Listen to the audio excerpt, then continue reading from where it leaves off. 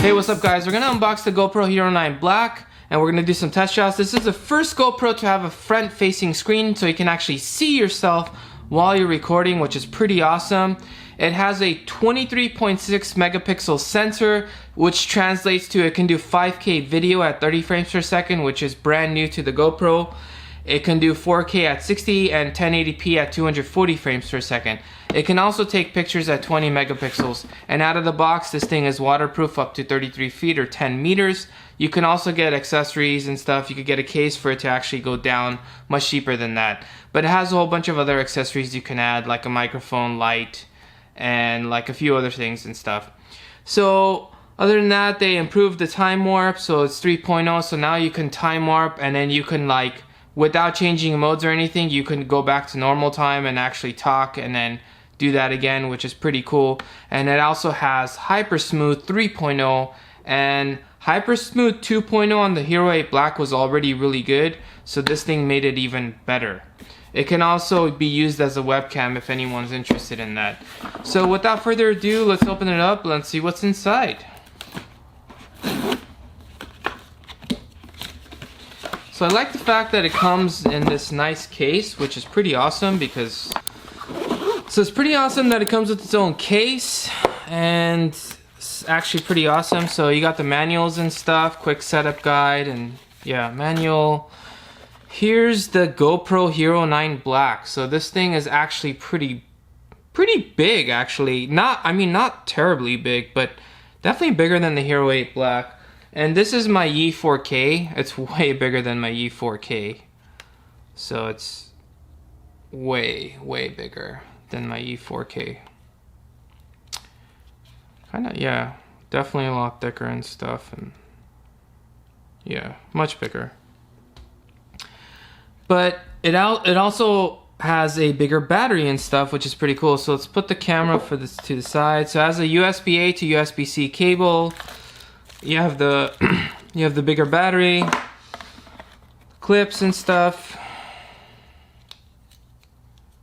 So clips in, locks in, good to go there. And if you need to screw anything in, and that's pretty much it. So obviously you could just keep this here, or you know, if you plan on putting more stuff, you can put all this individually. It's probably gonna move around though. So the cool thing about this is, well, they all have this, but I have my Yi 4K. Some of my Yi 4K, I'll probably reuse some of these parts and stuff. So it could definitely easily fit in here. So let's take a look at the camera now. So we're gonna, yeah, I love this part. I love taking that part off, is so awesome. So you can actually move this, which you couldn't do in the Hero 8 Black. You couldn't actually change this, so if you damaged this, you were kinda had to get a new action cam, but you could change this. You can also, they have a Hero Max edition where I think it's like $100, but if you put it, it gives a much wider angle. It looks more like the Hero 9 Max. So it's very similar to the Hero 8 Black. So you have the modes, you have your button over here. So this is a microphone that is, when you come out of the water, this thing kind of drains much more easily, so it can hear you at a much faster rate. So it'll be cleaner sound in it, like out of the water. This is also a microphone, and same as the Hero 8, and these are your speakers. So, you know, these come down and stuff, and obviously go in here and you screw this in, and you know, you could attach that anywhere. This is 3M tape, so if you want to attach that to a helmet or something like that, then you know, you'll be golden and stuff. But take this off for now. So let me put the battery inside, obviously.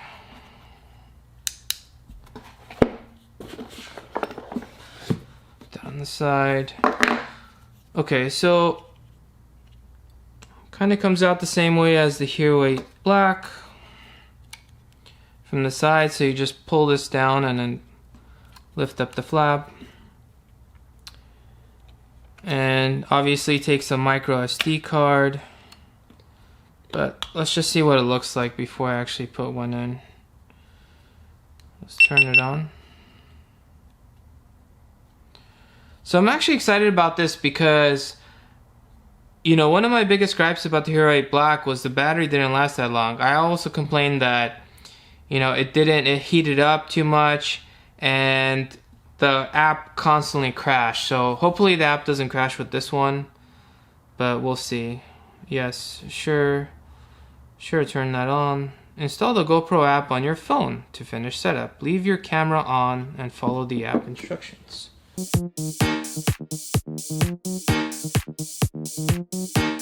If you plan on using this out of the box, it comes with 7% battery, so.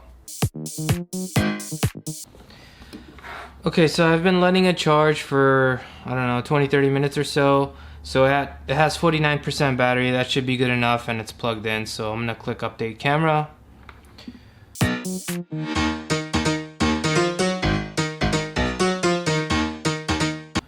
Yeah, so you could see on when it's recording me, or you could see it's like laggy on the front, whereas in the back it's much smoother. So yeah, it's a little bit laggy on the front. But I'm recording at 5K, which is pretty impressive. I'm recording at 5K 30 frames per second, so I wonder how this is going to turn out on my screen. Yeah, so you could see it's very responsive on the phone as well. So when I'm doing shots and stuff, it's decently responsive. Nothing crazy, but okay, so I'm going to show you guys the menu. So if you swipe down from the top, you can enable the GoPro commands. So there are several of them. So I could say, because I enabled it, I could say, GoPro, start recording. And then it actually starts recording.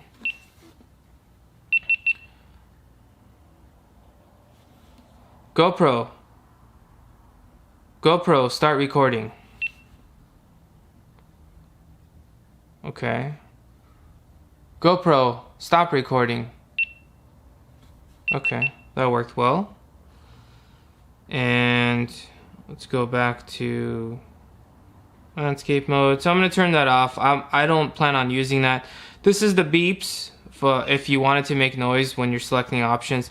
This is the quick capture, which means if it's on, even if the GoPro is off, if I hit the shutter button, it will basically turn on and start recording. So it's just nice. This is to lock the screen so you don't touch it. This is to show the grids. This is to show what the front facing camera looks like. So you could do this where it kind of like zooms out and it shows you like the whole screen, or you could, well, it's more than or. You could do this where it kind of crops it and it goes full screen. Or you could do, oh, I just want to see the time, like the status and stuff, like battery and things like that. Or you could just say, I want the screen off, which is pretty cool. I'm going to go with this option to see the actual screen instead of the zoom in version. And orientation, this is locked. You know, you don't have to lock it. I'll lock it just to make it simple. This is for the max lens mode. If you plan on putting the max lens mode, I don't have the max lens mode, so I'm gonna leave this off. You can even turn off that option. And then connections for Wi-Fi, stuff like that, had, you know, what device to connect it to and stuff. And preferences gives you other options like general, voice control displays. If you add any mods and stuff, you could select it here, and then, you know. In fact, I'm going to turn this off so it doesn't actually show me that, because I don't have the max lens mode. Max lens mod. I think that's like $100. And then you could click on general. You could see like a whole bunch of other options. You could turn on and off and you know, the dates and time and stuff. You can even control the beep volume, which you could see here as well. So you could be loud, or I just leave it on low. And when you go to voice control, when you go to commands, this is all the commands that it supports. So there's a whole bunch of things that it can do.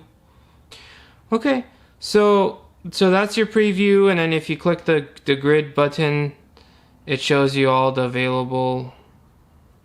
So it's not super responsive. Let me pause that and then click it. So don't expect it to be like a cell phone and stuff. It's not going to be super responsive. But it's alright for something like this. It is getting a little warm too now. And let me show you guys the different video modes. So we're in video now. So if you're not in video, press the video button or just swipe. And then select this, which lets you either select a presetted one like, oh, cinematic, or you could pick your own. So you could just go to the bottom, just click the plus button. So I'm gonna do video mode, so like, okay.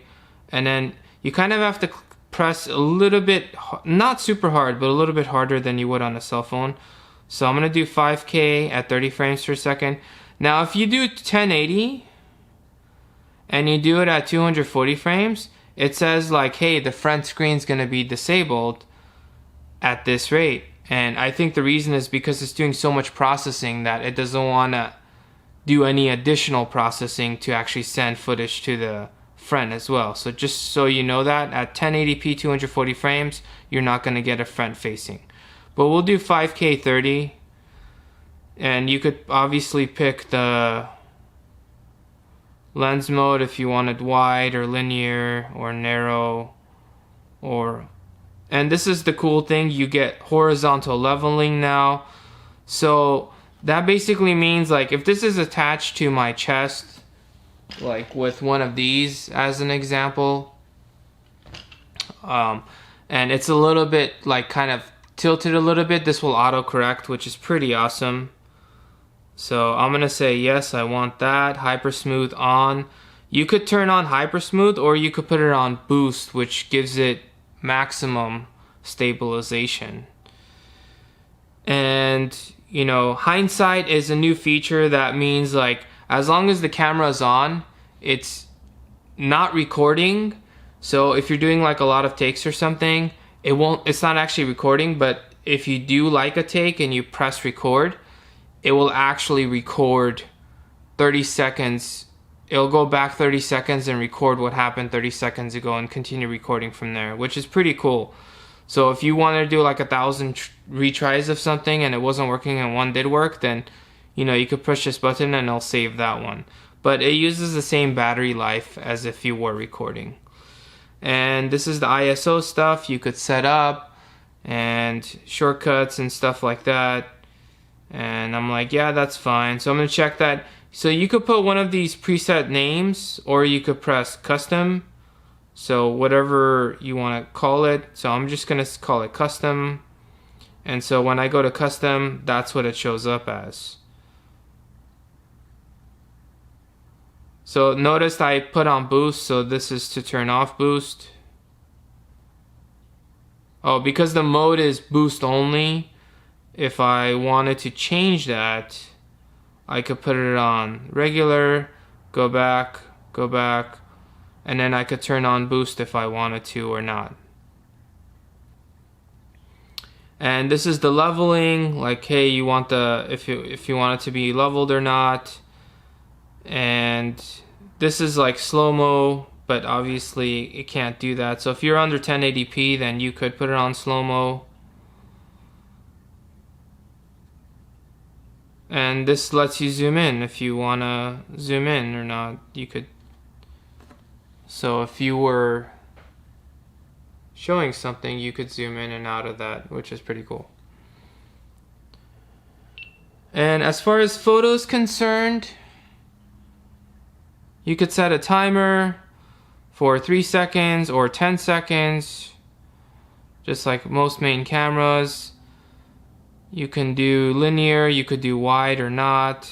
So you get options, and you know, I'll take a picture of linear.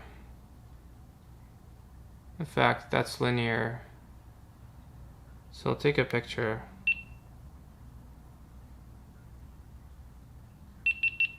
Okay, so it took a second. It wasn't like instant. Super Photo HDR, so you could set these options: raw, standard, or super photo. I just left it under super photo.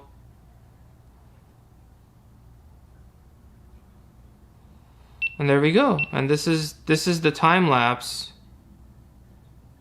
So you could set your time warp options, whatever you want to set it to, or you could add your new one. Okay, so initial impressions. I like the front-facing screen. I like the removable lens cover. I like the fact that it has useful features like hindsight, that they made time warp better, that, you know, you could go into time warp and then you could go back to like a normal mode. I like the fact that they made hyper smooth better, so it's even less shaky. Not that it was shaky before, even with the Hero 8 Black. And I also like the fact that they put a bigger battery, which lasts up to 30% longer. Now, a few things I don't like. I still don't like the fact that it's still a little bit laggy. The UI is a little bit laggy. I was thinking they could have made it better, but it's not that big of a deal. Number two is the screen responsiveness is not amazing. I mean, it's okay, but sometimes you have to push a little bit harder for it to register your touch. So that's one thing that it would have been nice if it was closer to a cell phone's sensitivity. And I was recording on and off for like 30 minutes or so, and the camera overheated, and then it just kind of turned off. But granted, it was on before that for a long time, so I just need to test it out and see how it is. But it's definitely worth a test, and I'm gonna do a test with like several things like scooters, car, running and stuff, just to test out a whole bunch of stuff. If you guys enjoyed this video, please like and subscribe. Thank you guys for watching.